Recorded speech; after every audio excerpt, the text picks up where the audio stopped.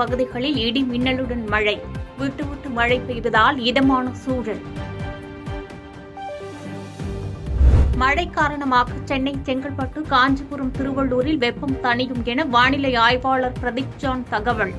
மதுரையில் வெயிலின் தாக்கம் தொடரும் எனவும் எச்சரிக்கை.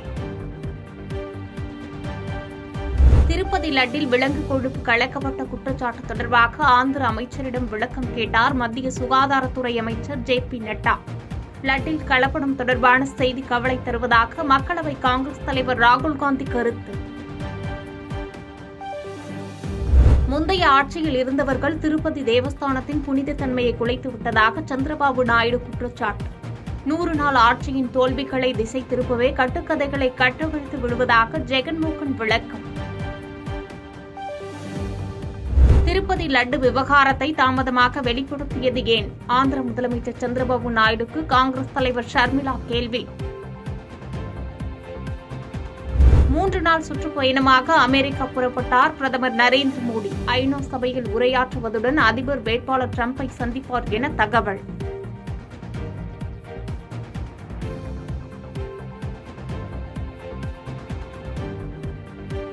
தமிழகத்தில் மாற்றுத்திறனாளிகளுக்கான கல்வித்தொகை 2 மடங்காக உயர்வு. முதலமைச்சர் மு.க.ஸ்டாலின் அறிவிப்பு. விக்கிரவாண்டியில் அடுத்த மாதம் 27ஆம் தேதி தமிழக வெற்றிக் கழகத்தின் முதல் மாநாடு நடைபெறும் என அறிவிப்பு. வலிமையான அரசியல் பெரும்பாதையை அமைப்போம் என விஜய் உறுதி. 4 நாட்களுக்குள் பணிக்கு திரும்ப வேண்டும் என தொழிலாளர்களுக்கு சாம்சங் நிறுவனம் எச்சரிக்கை.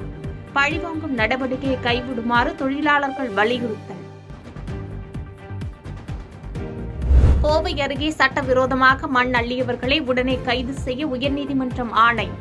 மண் அள்ளப்படுவதை மனுதாரர் வீடியோ காலில் நேரடியாக காட்டிய நிலையில் நீதிபதி உத்தரவு.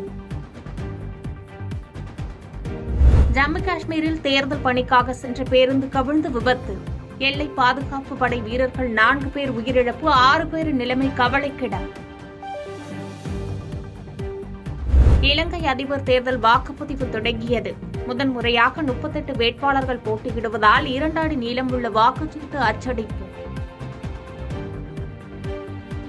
லெபனான் தலைநகர் மீது இஸ்ரேல் வான்வழி தாக்குதல். ஹிஸ்புல்லா அமைப்பின் மூத்த தளபதி கொல்லப்பட்டார். இந்திய அணியின் வேகப்பந்து வீச்சை சமாளிக்க முடியாமல் 149 ரன்களில் சுருண்டது வங்கதேச அணி. ஃபாலோ ஆன் கொடுக்காமல் 2வது இன்னிங்ஸை தொடர்ந்த இந்தியா.